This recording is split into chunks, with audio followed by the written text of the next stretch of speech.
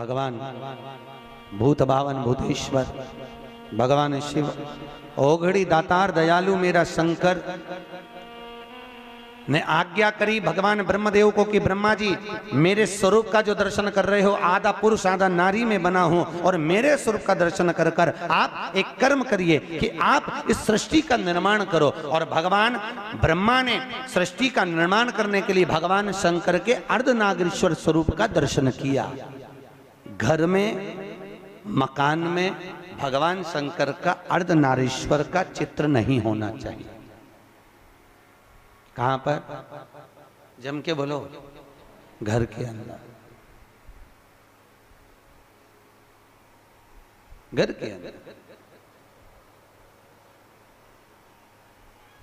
कुछ चित्र और कुछ वृक्ष हमारे यहां वर्णन किए गए हैं कि कौन सा चित्र घर में होना चाहिए, कौन सा वृक्ष घर में होना चाहिए। चित्र का भी प्रमाण कि चित्र कौन सा। जैसे रसोई घर में हम प्रवेश कर रहे हैं, हमने कई जगह देखा है जहाँ जिन जिन के यहाँ रसोई घर बने होते हैं उनने अन्नपूर्णा माता का फोटो जहाँ पर बगार लगाती है, चूल्हे में छोकती है गैस के ऊपर, वहीं सामने अन्नपूर्णा जी का फोटो लगा कर रखा है। ईमानदारी से बोलो, अपनी सास का फोटो चूल्हा के ऊपर लगा के बता, अरे बोलो तो सही, अच्छा लगेगा? नहीं ना। अन्नपूर्णा का फोटो कहाँ होना चाहिए? शास्त्र कहता है अन्नपूर्णा मैया का जो चित्र है, अन्नपूर्णा मैया का जो चित्र है, अन्नपूर्णा मैया का जो फोटो है, वो जहां से अपन रसोई घर में प्रवेश करते हैं, प्रवेश करते समय अन्नपूर्णा माँ का चित्र उस सम्मुख में होना चाहिए। प्रवेश करते समय हम अन्नपूर्णा का दर्शन करके अंदर प्रवेश करें, ना कि चूल्हा जल रहा है उसके ऊपर। अन्नपूर्णा मैया का प्रवेश द्वार पर क्यों? अंदर जो भी जा रहा है, अंदर जो भोजन बनाने जा रहा है, वो अन्नपूर्णा के तुल्य है, अन्नपूर्णा। पर आज के जमाने में महाराज जी रसोई घर तो हॉल के पास में बना देते हैं, सामने टीवी चलती रहती है और बहुएं भोजन बनाती रहती है। दिन भर वो नाटक में कहीं की ना कहीं की रोटी मिलती है, तो वो जो भोजन बनाए वो भी भोजन में टीवी देख देख के बनाए तो नाटक का सारा असर रोटी में आ जाए, तो जो खाए वो घर में 24 घंटा रोता ही नहीं ले, 24 घंटा रोता नहीं। भोजन, भजन, धन और नारी, ये चार पर्दे में अच्छे लगते हैं। क्या क्या? जम के बोलो। भोजन, भजन, धन और नारी, ये चार पर्दे में अच्छे लगते हैं। भोजन करो तो पर्दे में बैठ कर करो, भोजन बनाओ तो पर्दे में बनाओ, और धन भी रखना है तो पर्दे में रखिए, तिजोरी में रखिए। और भजन करना है तो गौमुखी माला भी अपने गौमुखी के अंतर्गत होना चाहिए, भजन भी पर्दे में हो और नारी भी।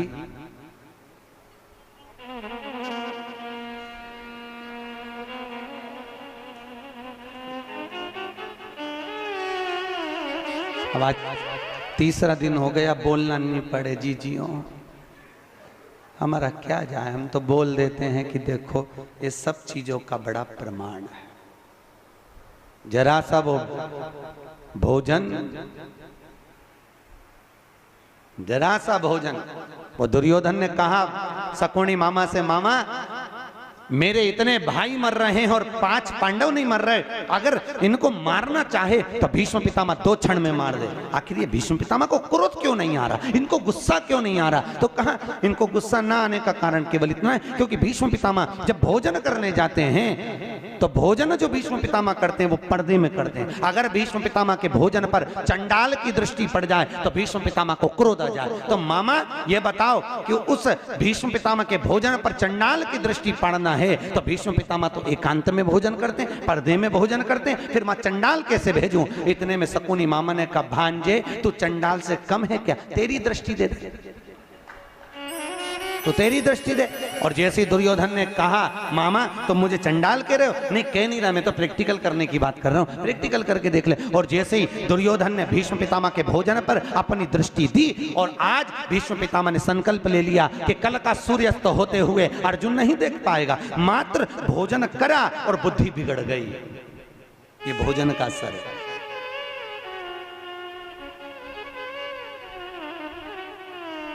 शादी में, पार्टी में पति और पत्नी जब शादी में, विवाह में जाते हैं तो या तो उन दोनों का झगड़ा जाते समय होता है या फिर आते समय होता है। जरूर होता है, पक्का है, बिल्कुल निश्चित।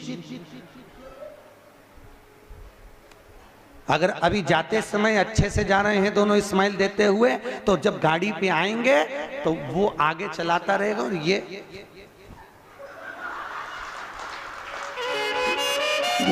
चुप बोले, आवाज तक कुछ आवाज वो बोलेगा, अरे बोल तो हुआ क्या, बस तुमसे बोल दिया ना चुपचाप चलो।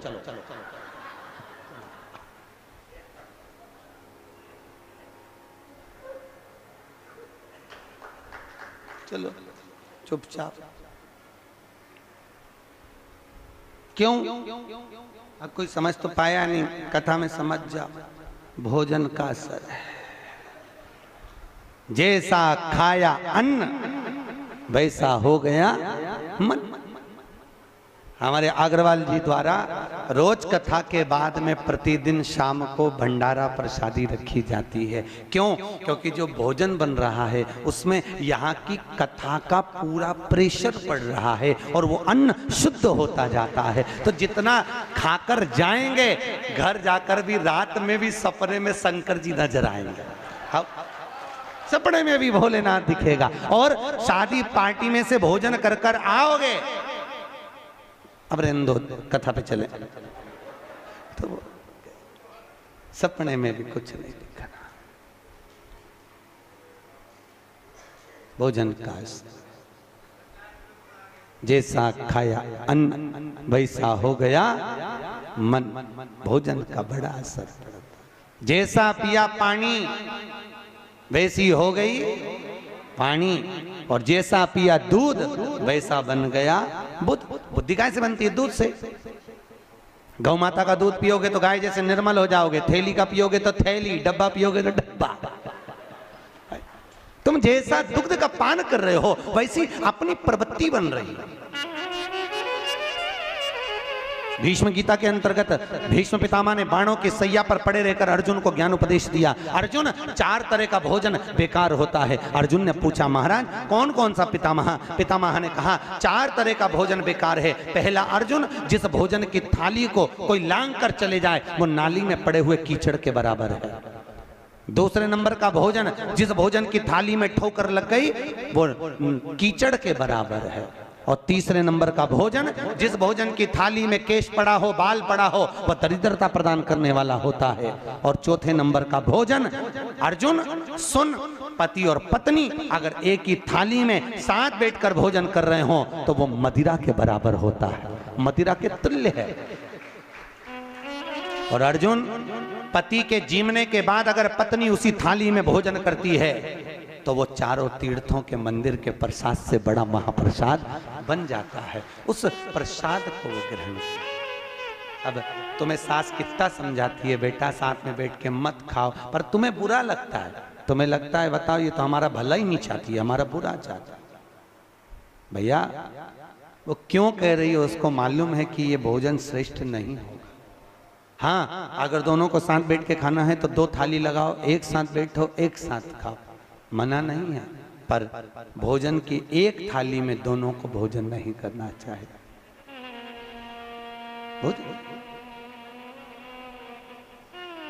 भाई, हमारी प्रवृत्ति, हमारी वृत्ति,